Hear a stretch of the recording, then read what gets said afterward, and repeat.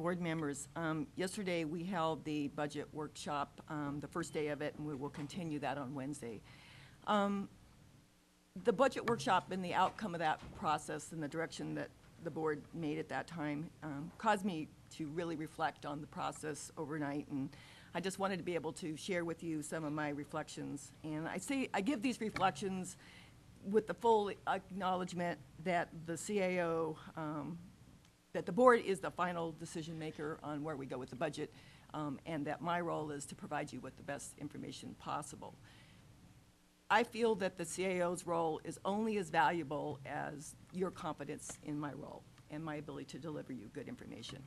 And that when we have departments that are bringing you information that may not have been vetted through our office, and there are decisions made on that information, that's concerning to me, because that there's a sense for myself that the confidence that you placed in me to give you good information is somewhat being compromised. So I share that, and I share that within the context of sort of what has been described as a budget battle.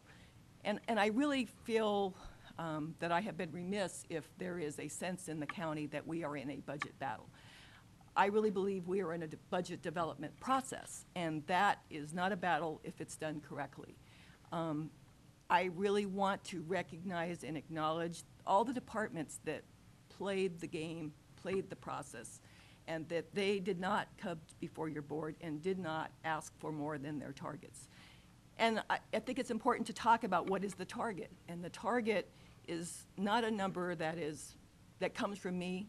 It's a number that's derived from, I think, an appropriate review of what are the fiscal capacities of this county to support services, and to try to build those fiscal capacities around what the services are that you desire.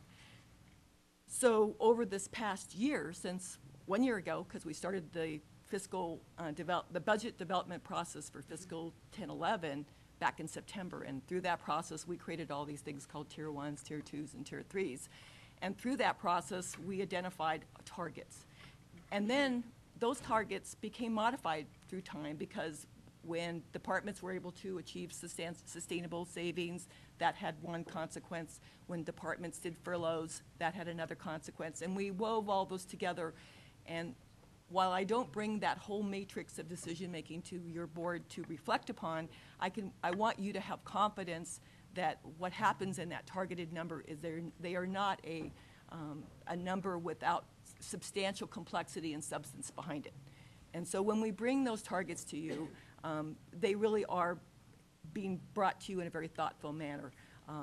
So I just want to make sure that you understand that, and that departments who have participated with us in a very appropriate way through this past year, that is the behavior, I believe, that the board has very succinctly spoken of the behavior they want. They want departments to work with the CAO's office. They want departments to be a full participant in looking at in a very detailed and open manner about what it takes to deliver services. And you know, we keep getting back to that mantra of what's needed and not nice, but also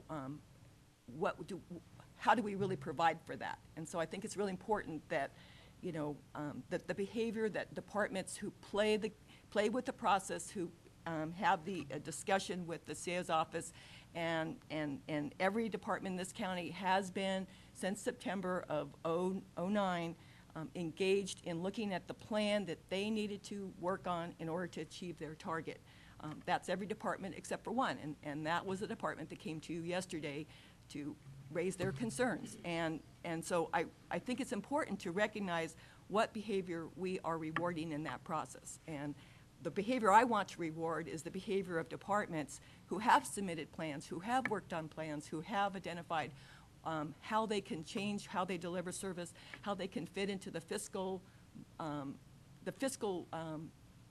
constraints that we are living with. And so I think it's just really important that I share that with the board, because I don't want those, what I call unsung heroes of this process, to be unrewarded in the process. And I know there's concern about department heads about, if I didn't go and ask for more money, then somehow the CAO has stymied me from asking for what I need.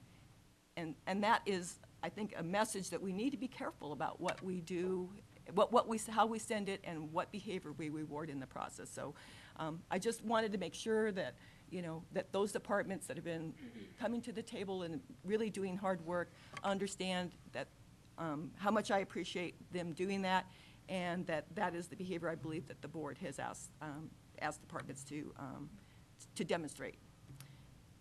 Finally, I think it's really important to kind of revisit a little bit on the use of a contingency for the CSA 7.